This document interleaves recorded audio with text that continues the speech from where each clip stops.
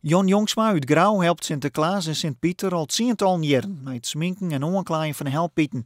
Nevens hem speelt de discussie over discriminatie, omdat Piet zwart is, al jaren weer. Het is eigenlijk een weeromkerend item. Ik smink nou haast, denk ik, 3 jaar helpen wij al Pieten aan hun kleur. En het komt eigenlijk ook elke keer weer waarom. Nou ja, het is dit hier erg heftig, mag ik zeggen. Maar ja, goed.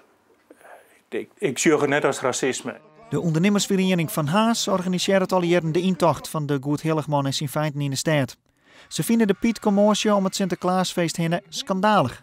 Ik vind het heel ernstig en wij moeten u als volwassenen diep schamen dat wij dat hele leuke, authentieke Hollandse kinderfeest op deze manier verstoren. Dan kan ik me zo vaststellen dat de ondernemers er totaal geen belang bij hebben dat Sinterklaas afgeschaft wordt. Want zonder Sinterklaas geen cadeautjes, dus geen omzet.